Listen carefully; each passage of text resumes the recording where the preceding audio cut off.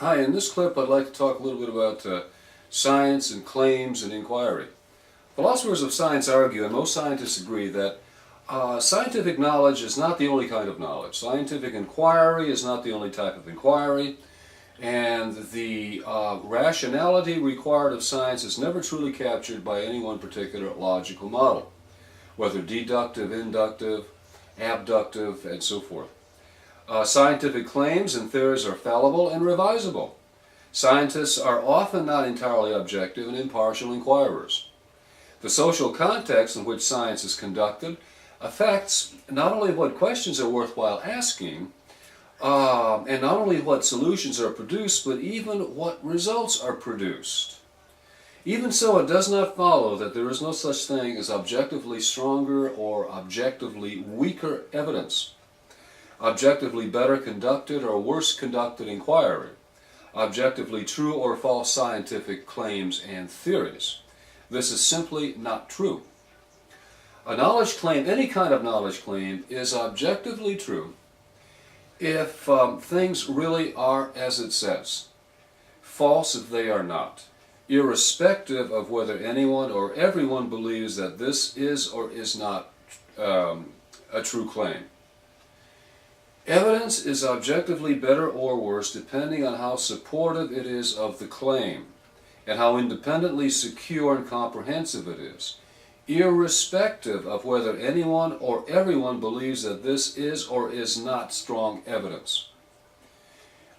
Inquiry, any kind of inquiry, is objectively good or bad depending on how scrupulous, honest, imaginative, and thorough the inquirer is, irrespective, once again, of whether anyone or everyone believes that this is or is not a well-conducted investigation. With this groundwork laid, we will now proceed to point out that there is a real distinction between genuine inquiry and advocacy. Genuine inquiry is an attempt to discover the truth of some question, regardless of what that truth may be. It requires the inquirer to seek out and assess the worth of the evidence. Advocacy is the attempt to make the case for some proposition, some claim, or some belief that is determined in advance, and requiring the advocate to select and emphasize whatever evidence favors the proposition, claim, or belief in question, and to ignore or play down the rest. Excuse me. And finally, what is the chief source of error in genuine inquiry? Well, genuine inquiry is hard work, and we as inquirers are fallible, bound to make mistakes at least some of the time. One of the major ways in which we are fallible is by allowing our prejudices to affect the inquiry. A prejudice is an entrenched and unexamined commitment to poorly warranted background beliefs. Let me just add here that a belief is warranted if it is rationally and or empirically justified, confirmed, guaranteed to be actually or likely true. And there are three types of, or three degrees of warrant. First of all, number one, belief P is warranted by person S to degree N at time T. Secondly, the second degree is this. A belief P is warranted by group S to degree N at time T. And the third degree is this. A belief P is warranted to degree N at time T. You see the difference here is individual, group, and in general. The third type of warrant is the strongest because it ranges over a vast number of phenomena and is certified by a consensus of relevant persons.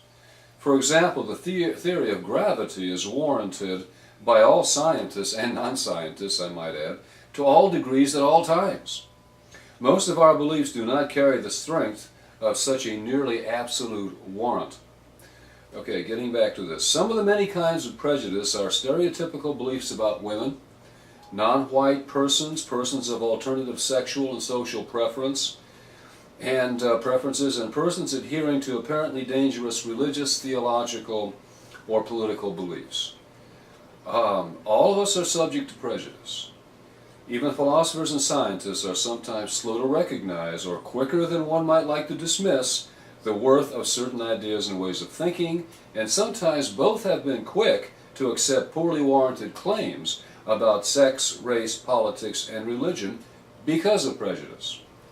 But to turn philosophy and science into tools for promoting, advocating the interests of race, politics, theology, religion, or any class or group is subject precisely to the same moral and epistemological condemnation as state-sponsored or institution or organization-sponsored attempts to turn both into a political tool, both science and philosophy into a political tool. So it is equally reprehensible for a group to use science and philosophy to further or consolidate a political agenda as it is for a government, a religion, or a theology to do so.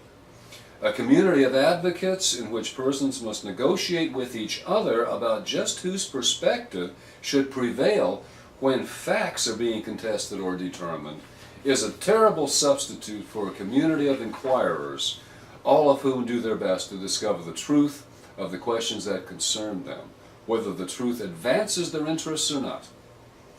If science and philosophy were to be turned into tools for promoting political agendas or into negotiations among competing interest groups, both legitimate and genuine science and philosophy would come to an end. Republican, Democrat, feminist, racial, New Age, paranormal, gap theory, and intelligent design science is not genuine inquiry, but advocacy, and strong objectivity is only politics in disguise.